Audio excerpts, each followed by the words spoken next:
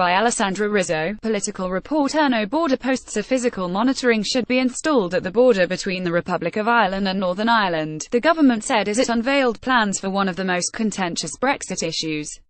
The Whitehall paper has effectively recommended no changes to the current arrangements.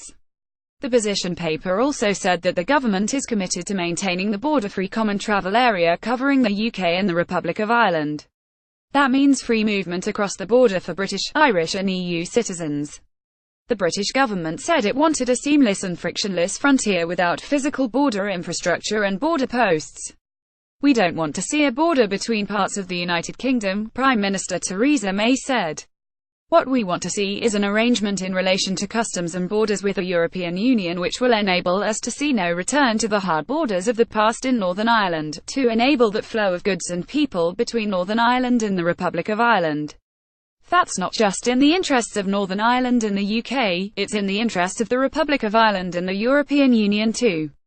Video UK plans frictionless Brexit Ireland border. The paper confounded speculation that the UK would advocate CCTV cameras and number plate recognition systems as part of its vision for a frictionless border between Northern Ireland and the Republic. It rejected the idea of an effective customs border in the Irish Sea as not constitutionally or economically viable. Instead, it recommended wide-ranging tariff exemptions for small and medium-sized businesses trading over the border and suggested that larger companies could report imports and exports online.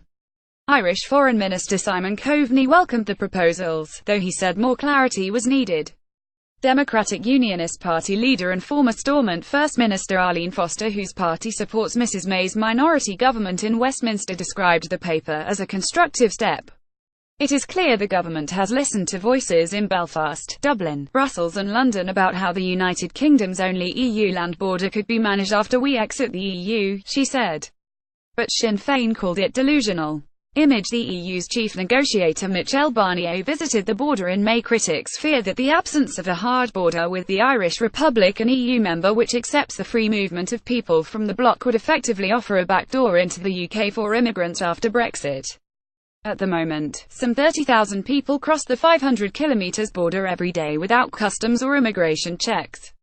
But the government said it is confident it can still enforce new immigration controls through checks on things such as the jobs market and welfare system.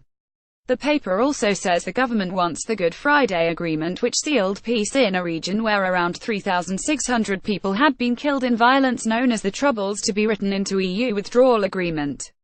And Mrs May also moved to reassure nationalists in Northern Ireland, also saying that some of the EU funding of the peace process could be replaced by UK funding.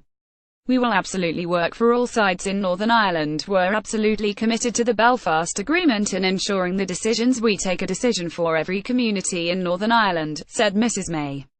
Video. The post-Brexit Irish border issue. The document is the second in a series of position papers being released by the government ahead of a new round of Brexit talks with Brussels next week. On Tuesday, it published plans for a temporary customs union with the EU, drawing a cold response from Brussels, with one official branding the proposal fantasy. However, on Wednesday, the European Commission called the papers a positive step, adding "clock is ticking, this will allow us to make progress."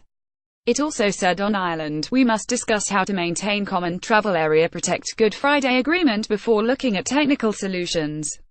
The CBI said the government was going in the right direction, but said there's a way to go before businesses are reassured that trade will continue smoothly after Brexit.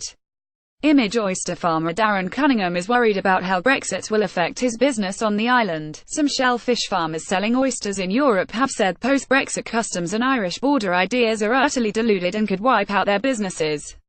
Darren Cunningham, who runs Killowen Shellfish on the shores of Carlingford Loch in Codown, said, "Light touch, I just can't see that working. It just can't be done unless they go and look in the back of every lorry, the way it was in the past."